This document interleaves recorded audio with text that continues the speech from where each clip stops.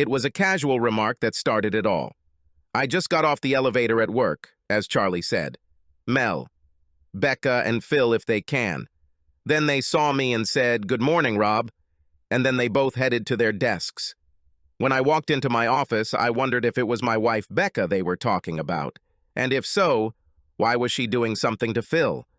This overheard remark alarmed me. In fact, it actually bothered me. I sat down, turned on the computer, and launched the program that I had been working with for the last couple of days, but as I looked at the screen, I wasn't thinking about work. I was remembering the last company Christmas party. I don't really like to dance, except country western, and Becca likes to dance. So it's not unusual for her to dance a third of the dances with me and the other two-thirds with whoever invitees her. The company's last party was no exception, and although she danced with a few others, I noticed that she danced quite a few dances with Phil. I commented on this on the way home. The shadow of a smile quickly crossed her face and then disappeared. I expected her to say something like, "Well, Rob Daltrey, I really believe you're jealous or something," but she didn't. What she said was, "He was a better dancer than everyone else, so yes, I danced with him more than anyone else." I couldn't push her without getting into territory that I knew I should stay away from, but what I knew about Phil was that he was a womanizer, and I wasn't all that happy that Becca spent so much time with him. It might have been a little unwise of me since I was there and kept an eye on them, and Becca never gave me a reason to doubt her. But I just didn't trust Phil. I stopped thinking about it and got to work. It couldn't be my Becca they were talking about, since the only place she could contact Phil was at company events, and the company picnic was next and was still months away. That evening, while returning home, I thought about what I would cook for dinner. It was Becky's card night, so I'll be on my own. Becca was an avid bridge player, and I hated the game. I enjoyed playing cards, but I just couldn't play bridge well enough. Becca belonged to a group that played every Wednesday night, and so I cooked for myself. There was plenty of food in the house, but after looking at all the options and not finding anything appealing, I decided to treat myself and go eat. I stopped at the Olive Garden and was eating a salad when I saw Bill and Helen Winters enter. I thought this was strange since Helen was part of a group that was going to play bridge, but then I realized that everyone needs a day off sometimes. They noticed me and waved, and I waved back. They joined the couple at the table, and I settled into my veal scallopini. When I got home, I turned on the TV and watched for a while, and then went to bed. I took the book I was reading from the nightstand, settled down on the pillows, and read until I fell asleep. This morning I got up and took a shower, even though I knew it would make Becca angry. I would wake up half an hour before she needed to get up, and the shower would wake her up, and she would always get mad at me about it. I would just shrug and tell her to come home early after the card game so she could get some sleep. I sat in the kitchen having my first cup of coffee and read the morning paper when Becca came into the kitchen. She poured herself a cup of coffee and sat down opposite me. I put down the newspaper and said, "Did you have a good night playing cards?" "God, no, and in general, I almost regret that I went." "I thought you liked bridges." "Yes, but last night I was paired with Helen Winters, and she's the worst bridge player I've ever seen. She did so many stupid things that I wanted to crawl across the table and strangle her. Suddenly I started having bad thoughts. I had very, very bad thoughts." "Helen Winters? I've never heard you complain about her before." "That's probably because she's never upset me as much as she did last night." I finished my coffee, stood up, and putting the cup in the sink, said, "I hope you don't have to see her too often." As I drove to work, the obvious question popped into my head. Where was Becca last night? She clearly didn't play cards with Helen Winters. It had been gnawing at me all day, and by 4 o'clock in the afternoon, I decided to take a chance and called Helen. "Hello? Helen, this is Rob Daltrey. Sorry to bother you, but there's something that's been bothering me, and before I talk to Becca about it, I figured I should come prepared with some information." "About what?" "What happened to the bridge group on Wednesday night?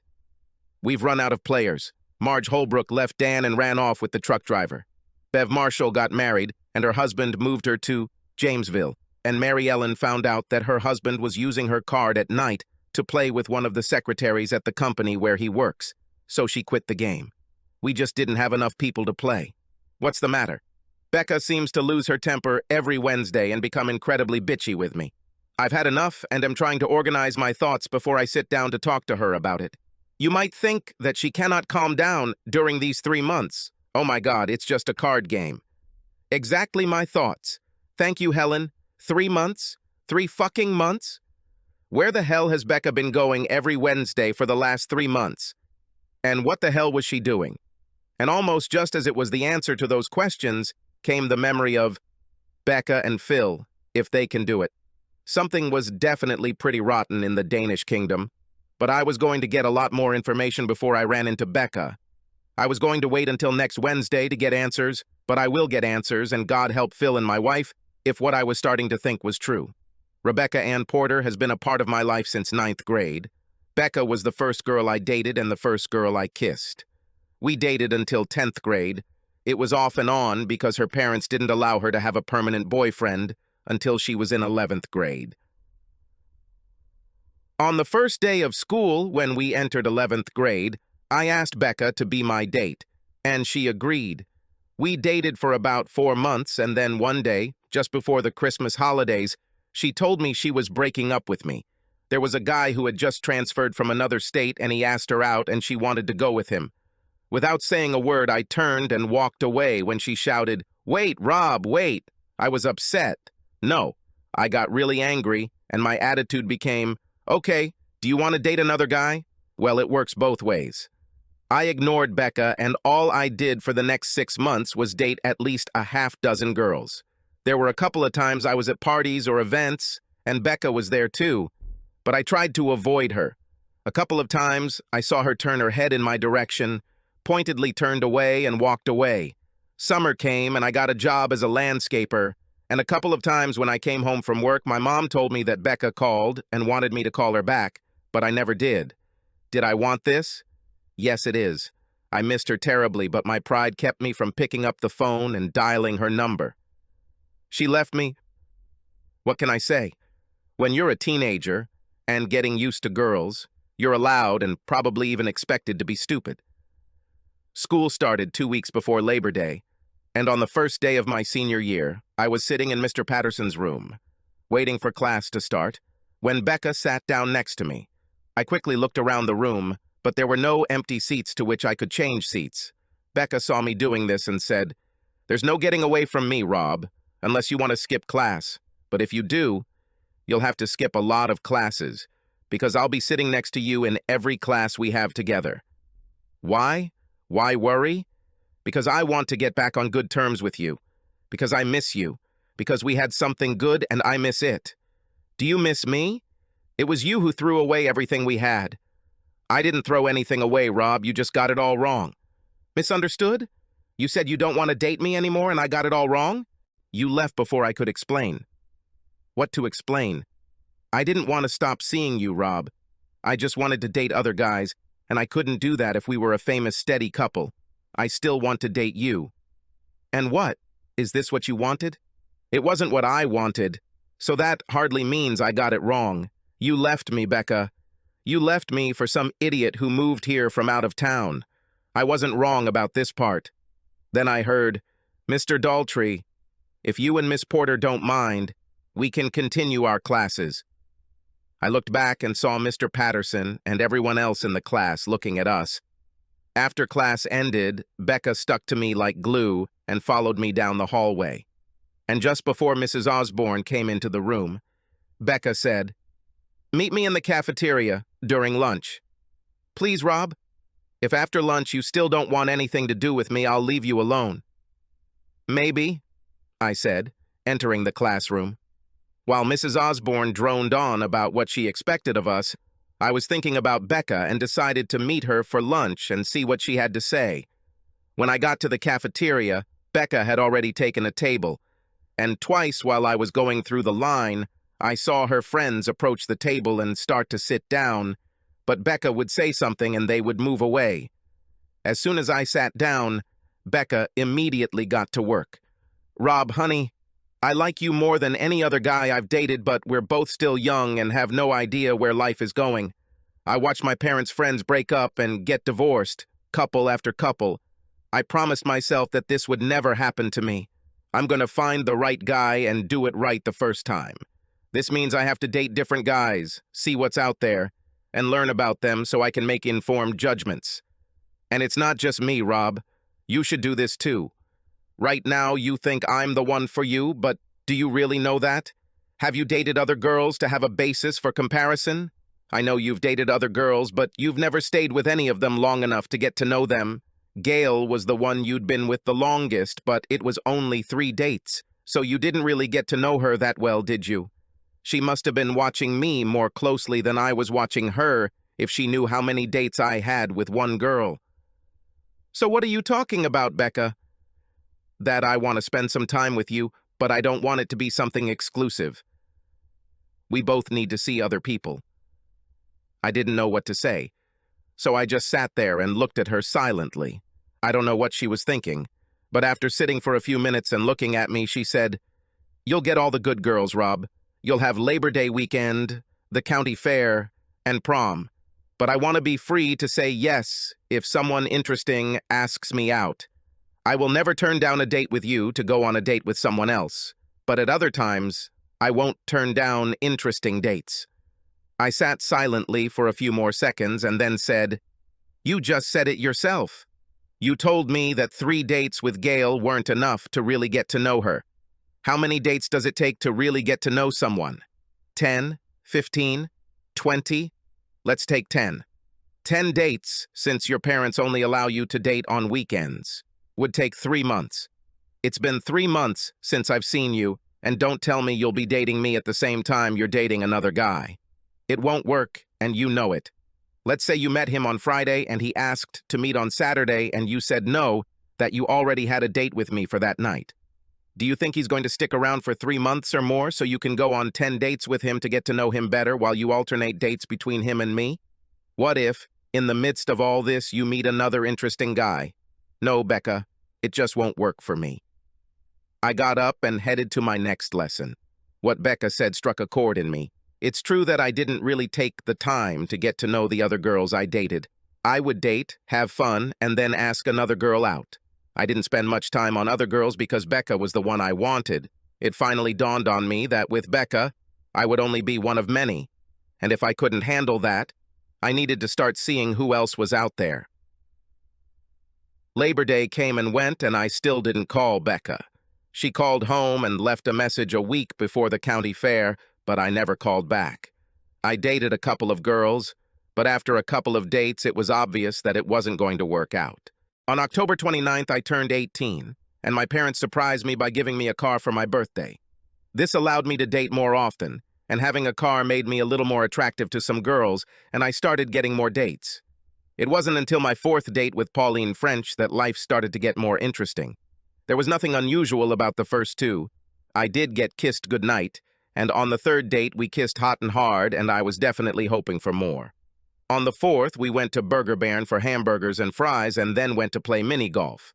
We had just finished the last hole, and I asked Paulina what she wanted to do next. She looked me straight in the eyes and asked, "Did you please girls below the waist, Rob?" It was one of those moments when you know the wrong answer will change your life.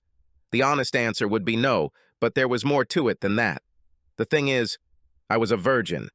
Answering no would probably mean no more dates with Pauline, and answering yes, if she wanted a demonstration, would show me that I was lying, and would probably mean no more dates with Pauline. And Pauline was a very attractive beauty.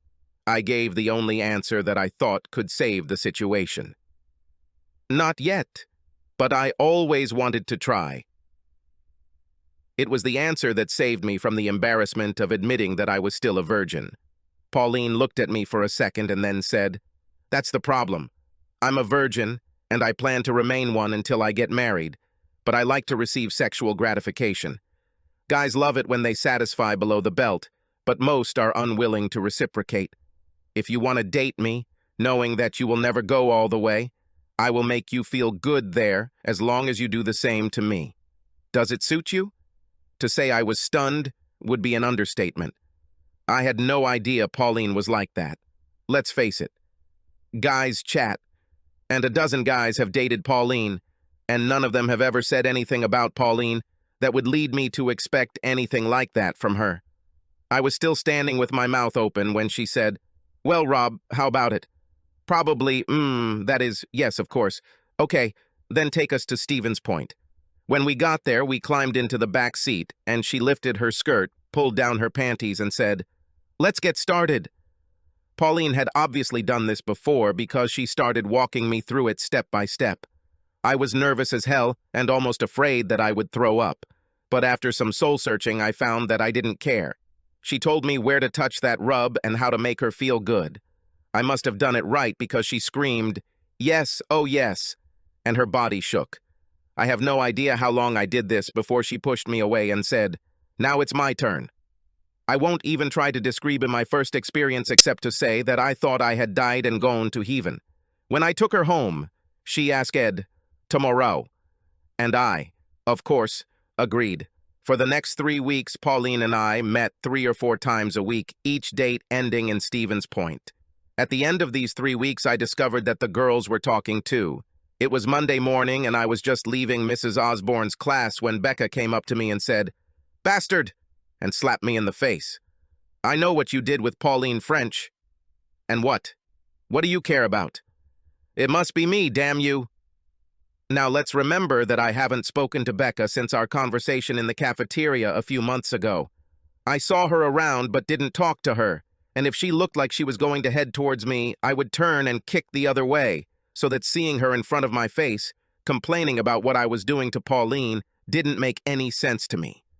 "You're crazy, Becca. You're the one who pushed me away. So what the hell do you want?" "You should be mine, Rob. I explained everything to you. And I told you I'm not going to have anything to do with what you want. I'm not yours, Becca, and I haven't been yours since you broke up with me. Now, unless you plan to hit me again, I have to go to class. I want us to get back together, Rob." "It's a little late for this, Becca. I'm with Pauline now, and we get on great. But she doesn't love you, Rob. She's just using you because you're the only one who will do what she likes. She's already talking about how hard it will be to find someone to take your place when she leaves for college. This was not news, as I knew it from the very beginning. I mean, she's leaving for college. Me too, but she was going back east to Smith and I was going to college closer to home. I also knew that even if Pauline and I went to the same college, we would not be destined to live together. Becca was right that Pauline was using me to get what she wanted, but I was using Pauline to get the same thing, and suddenly I had to give it up because Becca wanted to get back together? I didn't think so. I would love for Becca to come back and everything to be the way it was before she broke up. But I didn't think I could trust her that she wouldn't want to date other guys if she found someone who she thinks might be of interest to her. I'll never forget how or why she broke up with me in the first place, so I just shrugged and said, "Maybe so, Becca, but until she leaves, we're a couple. I have to go, otherwise I'll be late for class." I walked away, leaving her standing. Never underestimate the power of sorority.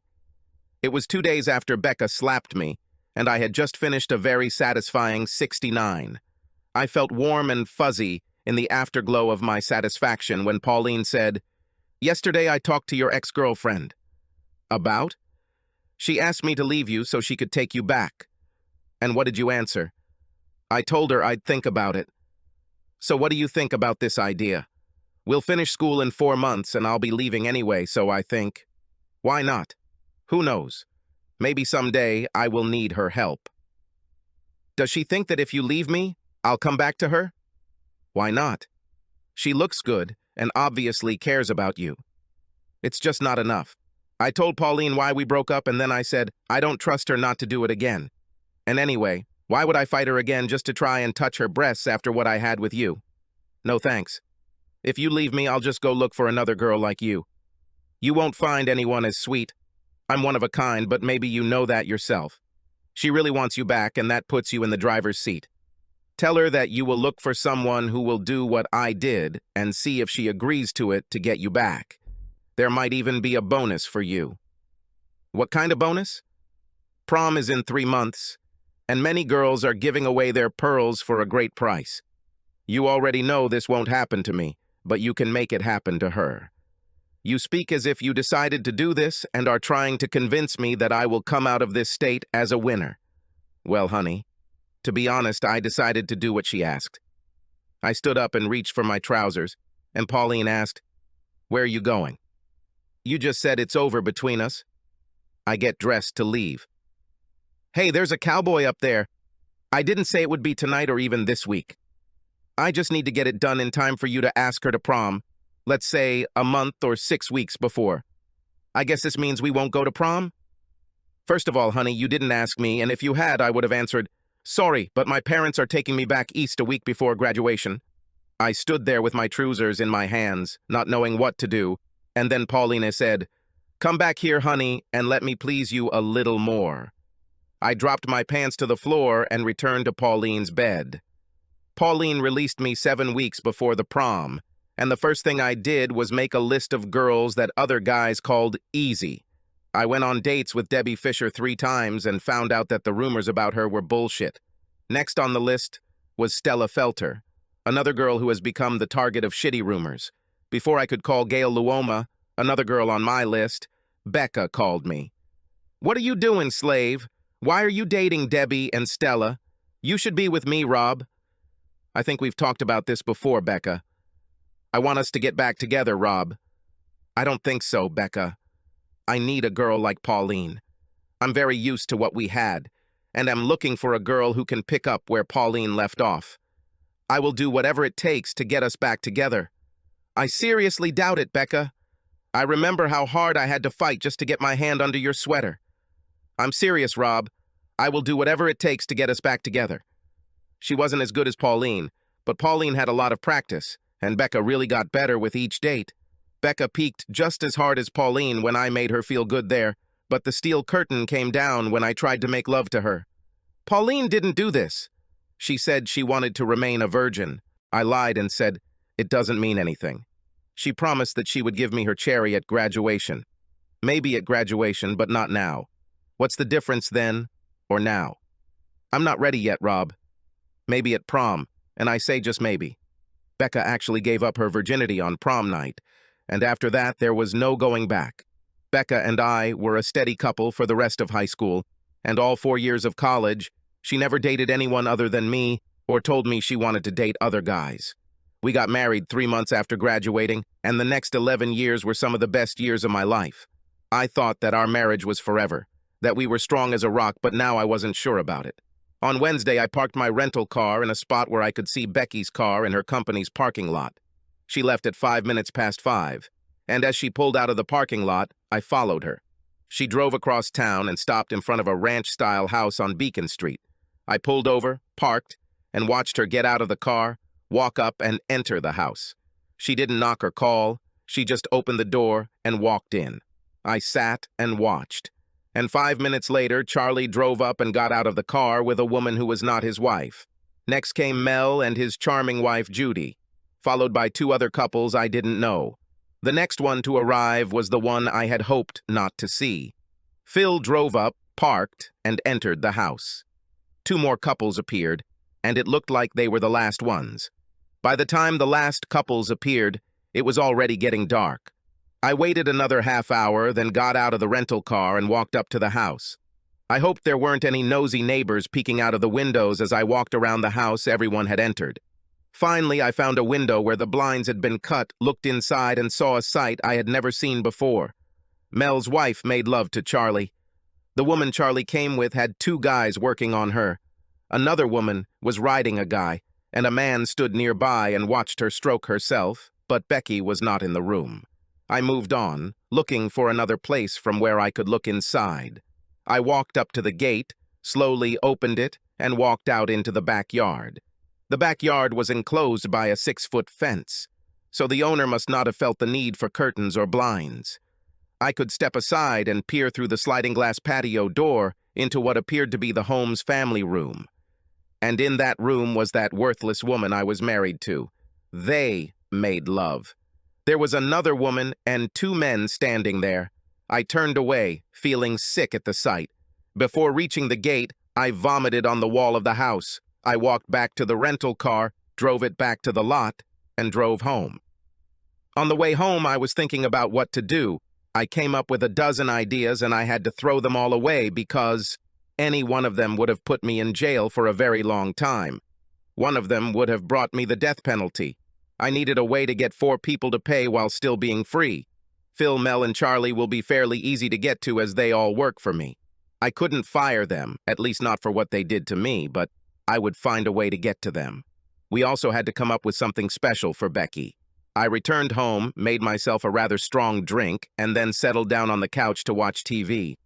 I was watching something, I don't know what it was, but on the screen there was a group of Hell's Angels on a motorcycle, racing somewhere, and as I watched them, an idea began to form in my head. When Becca got home, I was lying in bed, pretending to be asleep. She took a quick shower. She always claimed it was for me because the 5 card players were smoking and she didn't want me to smell her stink, and then climbed into bed and snuggled up to me. I lay there and marveled at how tender she was towards me after what she had just done. I was still thinking, falling asleep. The next day, I started making phone calls and collecting information. Using the information I had gathered, I made a few more phone calls, and on Friday I met the man for lunch and we made a deal. Friday night, when I got home from work, I told Becca to put on her dancing shoes because we were going to the Golden Spur for a good old-fashioned country dance. In Spur, I drank 1 drink, and in Becca, I stuck a good half-dozen doubles. We danced and had a good time, and around midnight I told Becca it was time to go. Becca whined that she still wanted to have fun. "Maybe again tomorrow, baby, but I've had a long day and I'm tired." In the parking lot, I walked her to the car, and when we approached a white van parked next to it, a man got out of it and asked, "That's her?" "True." He took an envelope out of his pocket and handed it to me. "Do you want to count?" "It is not necessary." He turned and opened the side door of the van in which 5 guys were sitting. 2 of them jumped out, grabbed Becca, and pulled her into the van as she screamed, "What the hell is going on here? What the fuck are you doing?" As the rag was shoved into her mouth, I said, "You said you still want to have fun, so enjoy yourself." Marcus closed the van door, and I said, "Remember, no visible tracks." "No problem. When do you want to do the second part?" "Let's see how things go. If all goes well, maybe in 2 weeks." He got into the van and drove away. Did Becca enjoy multiple partners? She'll have a full weekend. On Saturday, I slept in and then went out and played 18 holes. I went out to dinner, went to a movie, and went to bed quite early. I was working around the house on Sunday and got a call around 6. I opened the garage door and about 5 minutes later, a white van pulled in, and I closed the door behind it. Marcus got out of the van and I asked, "How did everything go?" At first she resisted, but the 3rd time she decided that since it was going to happen anyway, she could go with the flow. 32 and more than once, in case you were wondering. And the movie? I had 5 cameras working. I'll put it all on CD and deliver it to you at the end of the week. He opened the side door of the van and I saw Becca sleeping on the floor. Marcus noticed my gaze and said, "In the end, she almost lost consciousness when 6 guys jumped on her and shot her. She was very tired and did not sleep until I loaded her into the van. He helped me carry her into the house, then up the stairs, and we threw her on the bed in the spare bedroom. We shook hands and he said, 'I know the plan, but if she pisses you off again before then, be sure to let me know.' The guys really liked her. I opened the door and he backed the van out, and I closed the door and went to watch TV. When I went to work this morning, Becca was still sleeping. When I walked into the office, I smiled and said good morning to Phil, Mel, and Charlie just like I did every day of the week. Let them think that I was an ignorant husband. This would make it easier for me to get them. I spent part of the day surfing the internet, gathering information that I hoped I could put to good use. When I got home that evening and walked through the adjoining garage door, I saw Becca at the sink, looking pretty shabby. She must have said she was sick at work. She turned around and screamed, "Bastard!" and threw a plate at me. I dodged it and she crashed into the wall behind me.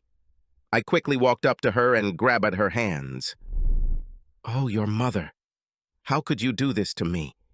It was easy when I found out how you really spend your Wednesday nights. I saw fear appear on her face, and she tried to free herself. I sat her down on a chair and she asked, "What are you going to do?" "It will depend on what you do. You do what I want, and we can do without it. You won't do what I want, and you'll walk out of here on your ass." "I do not want it. I love you, Rob. I really do. I don't need this crap. You can't love me and do what you do. How do you think I felt when I found out you were having sex with the guys I work with? The same guys who smile at me and say good morning while laughing behind my back at Becky's clueless husband. But what really pisses me off is that while I'm sitting at the damn computer, reading about this shit and dreaming of doing it, you're doing it behind my back. You? Would you do this? Damn right, I would do that. This is what needs to happen, Becca. Not this Wednesday, but a week from this Wednesday, you will have your own little party right here in this house. I don't care what you do to make it happen, but you do it, or you walk out of here on your ass and you won't let anyone know what I know. Do you understand what I am talking about? Yes, I think, but how can I get them to come here? I'll make Phil, Mel, and Charlie think I'm leaving town to take care of some business related to my father's estate. Tell them you want to do it on your own bed. Lead them further. Ask them if they would like to fuck Rob's wife on Rob's bed. The bastards will probably jump at the chance. Until then, you will be in the spare bedroom. Whether you come back to the bedroom with me or not will depend on how you do what I say and the long conversation I have with my fellow asswipers when it's all over. I'm going to get their version of what happened and how, and then I'm going to compare it to what you tell me. After that, I will decide whether we have a future or not. I'm not kidding, Becca. Phil and the boys don't... I repeat, I'm not joking. They shouldn't know that I found out about your sex sessions. If I have even the slightest suspicion that they are aware, I will know that you have enlightened them and you will leave here. Now where's my fucking dinner? Becca was wise enough not to make a promise until she had talked to the others for part of that day and all of Tuesday, but on Wednesday morning she asked, "What do you want me to do tonight?" "I think you need to go if you're going to get them to come here next Wednesday. Just remember what I said about someone finding out that I'm no longer ignorant of what's going to happen to you." On Wednesday morning, Marcus called me at work. We met for lunch and he gave me 2 CDs he had made of Becky, and we discussed the next part of my plan.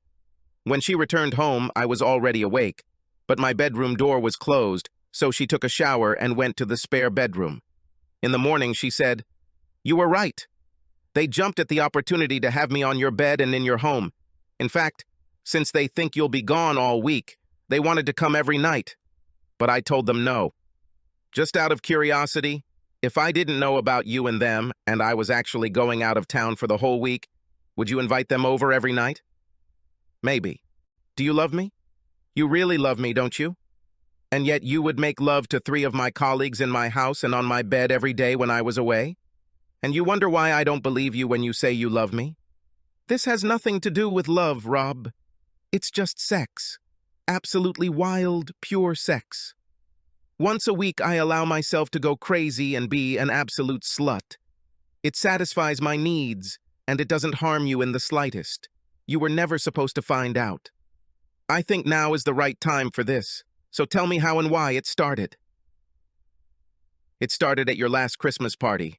I was dancing with Phil, and he came up and said, 'You're so fucking sexy, Becca, and I want you.' I was drinking, as you know, and I was in a pretty good mood. I was a little shocked by what he said, but I played along and said, 'Can you do anything?' Nobody had any complaints. I smiled at him and asked if he had any rave reviews, and he said he had a couple. Then I asked him how good he was in bed, and he said he was good enough to do the job, and I said, 'Show me your boy.' Just out of curiosity to see if he would actually do it, I followed him, and he dragged me into the men's room and locked the door behind us.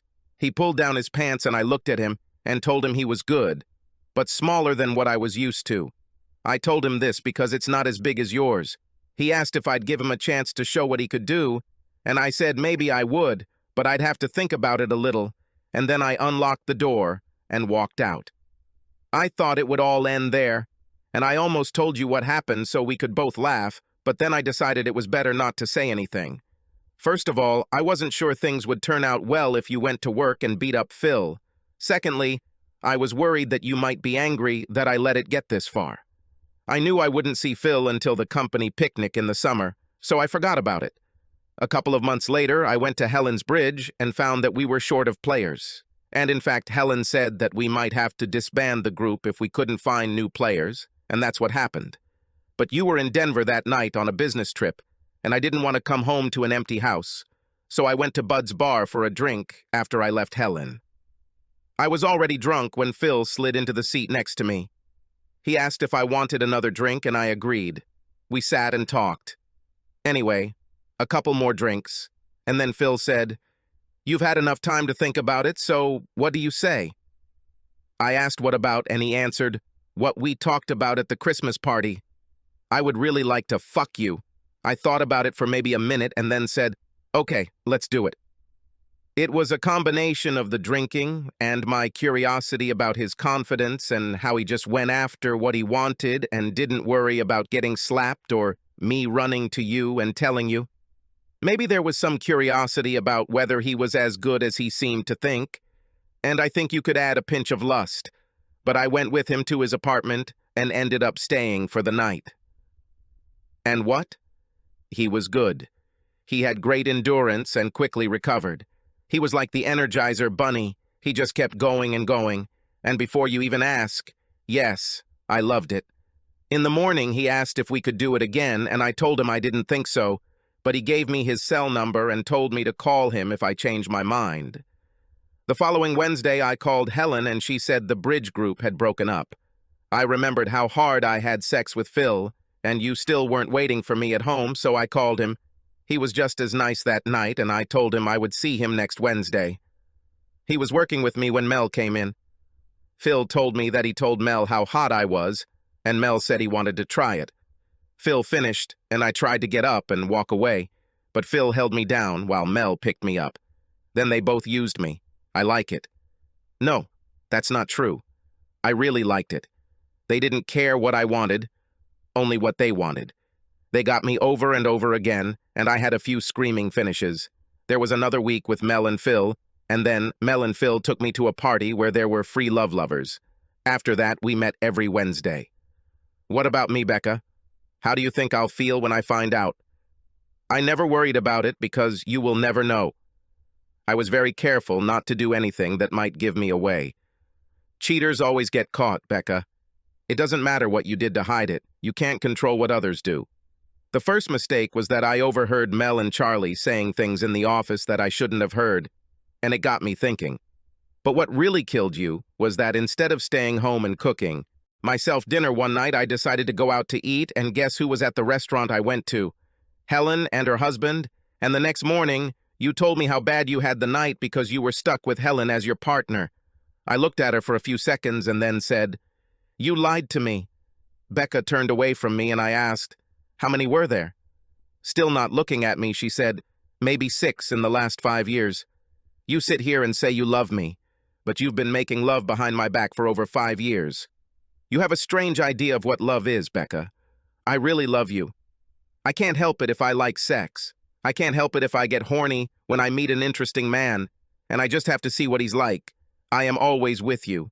I've never wanted anyone else except for one night or 1 week. It was just sex, Rob. There was no love here.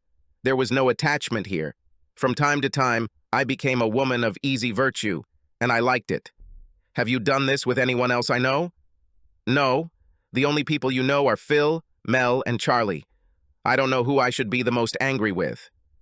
At you for what you did, or at myself for foolishly loving you, trusting you, and not being smart enough to understand what you were doing.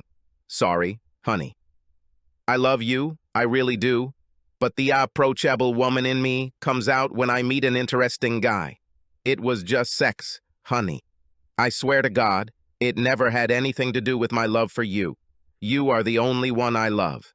Just not enough to leave the other roosters alone. She turned away, and I stood up and got to work. I called everyone in the office and told them that I would be out of town next week because I had to fly back to Michigan to take care of some issues related to my father's estate. While I'm gone, Phil will be in charge. I was used to making love to Becca 4 or 5 times a week, but I hadn't touched her since I saw her tumbling around with 3 guys the night I spied on her. I was hurting, and Becca knew how long it had been since I touched her, and she knew how I would feel. She decided to try to get me into her bed. She wore minimal clothing, allowed me to see her naked, but I ignored her. I finally told her to stop it and that I wasn't going to have anything to do with her until Wednesday and my talk with Phil, Mel, and Charlie. I worked around the house on Monday, and when Becca got home from work, I had dinner ready and did the same on Tuesday. Just before Becca left for work on Wednesday, I asked, "How much time should I give you before I come in? I want to make sure everything is going well before I go in. It all starts at 6:30, so give us about an hour." She was silent for a second and then asked, "Will no one get hurt?" "Rest assured, everything will be fine, Becca." That evening, I parked down the street and watched until all the players were there, then drove off, had dinner at Olive Garden, and went to a movie. When I returned home, the house was dark and quiet. Becca was exhausted and slept on the couch. It must have been one hell of a party. I went down to the basement and checked the recording devices, and it turned out that all the spy cameras I had installed were working. I smiled and went upstairs. I changed the sheets and pillowcases on my bed, then I carried Becca upstairs and laid her on her bed, and then I lay down in my bed and slept like a baby. I was sitting at the kitchen table, drinking coffee and reading the morning newspaper, when Becca walked into the room. I stood up and hugged her. I hugged her and kissed her and then said, "Sorry, baby. I wanted to be here, but I got in trouble." "What kind of trouble?" "I went to the bar and had a couple of drinks to get myself together for what I was about to do, and some loud mouth started pushing me, and I beat the crap out of him. The police took me to prison and kept me there for about 6 hours until they questioned all the witnesses. Witnesses confirmed that the loudmouth started the whole thing and that I acted only in self-defense. I couldn't call you because I was busy with all this. I was hoping they would release me in time to make it to the party, but that didn't happen." "Now what?" "Next week, I will go to the party with you. I don't think I can live another week like the previous 2. I love you, honey. I love you and need you. Don't worry, baby. You did what I told you. It's not your fault that my plan didn't work out the way I wanted. Tomorrow we will go out and celebrate our new start. I'm not going to make love to you until we get home. I want my first time inside you to be good, and that means we have to give your love box a chance to close. I know she must be a little loose after last night, and I wish you were a little tighter for me. Okay? Anything you want, honey, as long as you come back." When she left for work, I started recording spy cameras and compressed all the recordings onto a CD, and then began burning copies. On Friday night, we went to the Golden Spur and danced, drank, and had a good time. I rubbed myself against her spots every chance I got, and Becca was red hot when I told her it was time to go. She got in the car, slid next to me, and reached for my zipper. And when I didn't stop her, she smiled and started doing her job. This was quite strong for me, and I quickly reached the finish line, and she continued to please me. She was working hard on me and didn't notice when I pulled up to the white van. She screamed as the door opened, and someone's hands tore her away from me and pushed her into the van. Marcus handed me another envelope, and I said, "You will do the next part on Monday. Do you think you'll be ready by then?" "Now I'm ready. I was just waiting for you to say." Saturday and Sunday were busy with housework. I removed the spy cameras and recording equipment, as well as all traces of Becky's sex party on Wednesday night, and I even managed to hit 18 holes on both days. Around 7 o'clock on Sunday evening, Marcus called me and said only, "It is done. See you on Monday." On Monday, I asked Phil to stop and have a couple drinks with me after work. "I'm going to make some changes to the office, and I need your input." I don't want to do that here because sometimes it looks like the walls in this place have ears. At 5:15, Phil joined me at the bar. He grabbed a drink, and I started telling him about my plans to reorganize the office. It was all bullshit, but he didn't know that. I held his attention as Marcus sat down on the stool next to him, and when the needle slid into Phil, he had enough time to be surprised before the injection made him doze off. Marcus and I helped him outside, just two friends helping a friend who had gone overboard, and when we got Phil outside, I helped Marcus get him into the white van. I thanked Marcus for his help, and he got into the van and drove away. Marcus and I went to high school together, and shortly after graduating, he was arrested for selling weed and served 2 years in prison. He always claimed that he was set up, but I didn't know whether it was true or not. But I knew that once Marcus was released, he rarely did anything legal. He was into drugs, keeping girls of easy virtue, gambling, loan sharking, and some other things that I was happy not to know about. He learned a lot in prison, made dozens of contacts, and used it all to good effect in his various activities. There was nothing he couldn't get for you, and nothing he wouldn't do for you if the price was right. His help didn't cost me anything because when he got out of prison, I lent him money and helped him get back on his feet, and he never forgot it. In fact, not only did it cost me nothing, but I also made money from it. He gave me $1,000 for taking Becca the first time she drove the white van, and another $1,000 when I gave her to him on Friday. He got his money back and then sold it. He got $50 a shot from 32 guys who used it for the first time. I don't know what he cooked up last weekend, but whatever it was pure profit. He made his money back when he sold it to a motorcycle club that was planning to flee to Mexico. They planned to use her until they were ready to return home, and then try to get their money back by selling her as a prostitute to a brothel in Mexico. I didn't expect to ever see Becca again. In addition to working with prostitutes, Marcus also had a couple of homosexuals on his payroll. A group of homosexuals who were heavily into various sex games asked him for someone they could play with. And Marcus, knowing how whoever he gave them would be used, didn't want his regular stable to get hurt. So he was more than happy to help me with my problem, Phil. On Tuesday, 283 packages were sent to friends, family, and neighbors of Phil, Mel, and Charlie. I don't know how this affected Mel since his wife was part of the group, but hopefully his relatives and neighbors didn't know about Mel and Judy's hobby and would have let them know in no uncertain terms what they thought about it. And then this happened. Maybe Judy wasn't a problem, but Mel knew he had a problem, me. He must have received the package on Tuesday when he got home from work because on Wednesday he was sick, and on Thursday morning I got a call from HR that Mel had called and resigned immediately. Charlie quickly found out what his wife thought about this. She received the package on Wednesday, called work, and told him not to worry about getting home because the locks on the house had already been changed. The next day he whined that she had fleeced him. Apparently she hit the banks and took everything before calling him and telling him to go to hell. Of course, Charlie didn't tell people at work why she kicked him out, and I didn't send the package to anyone at the office, except me.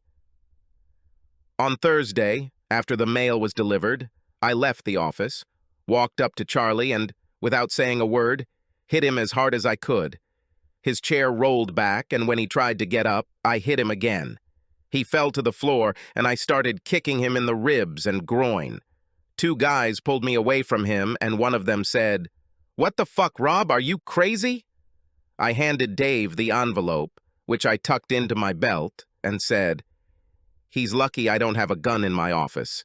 Otherwise, that idiot would be dead by now." Dave looked at a couple of photos, called Charlie worthless, and spat on him. I leaned over and said, "This is all personal and not work-related, so I can't fire you, but you need to find another job, and quickly, because from now on, I'm going to do this to you every damn day you walk into this office." I stood up, kicked him hard, and went back to my office.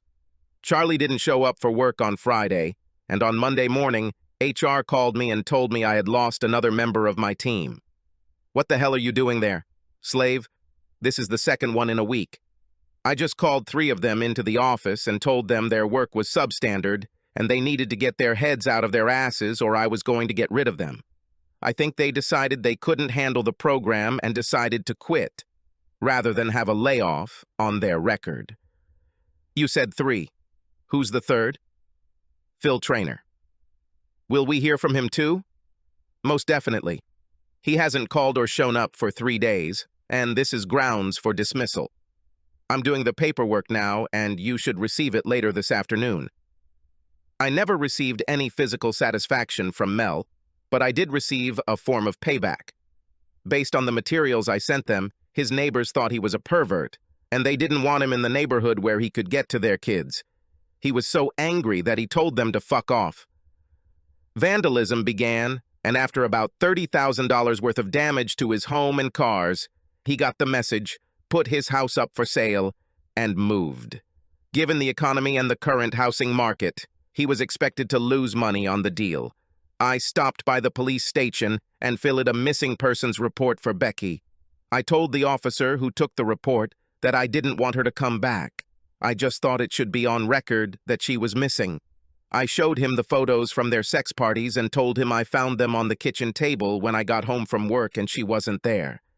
I think when she got the photos in the mail, she thought I was going to find out, so she packed her things and ran away. Why? Would you hurt her? I guess we'll never know for sure, but most likely not. I'd probably like to know why she didn't tell me so I could join. Do you see this redhead's breasts? God, how I wish I could touch them. 2 years have passed and no one has seen or heard from Phil. Marcus may know what happened to him, but I don't want to know enough to ask. I have a rough idea of what happened to Becca and where she is. Well, maybe not where she is, but I have a suspicion about what she's doing. Marcus told me that the bikers actually sold her to a Mexican brothel. Looks like someone was looking for Gringo to take part in some of their special promotions. Those of you who have been to Tijuana have probably heard about these special promotions. Subscribe to our channel so that your second chaff doesn't cheat on you, and go ahead and listen to the next story, because this story is nothing compared to the next one. If you're under 18, don't even think about listening to the next one.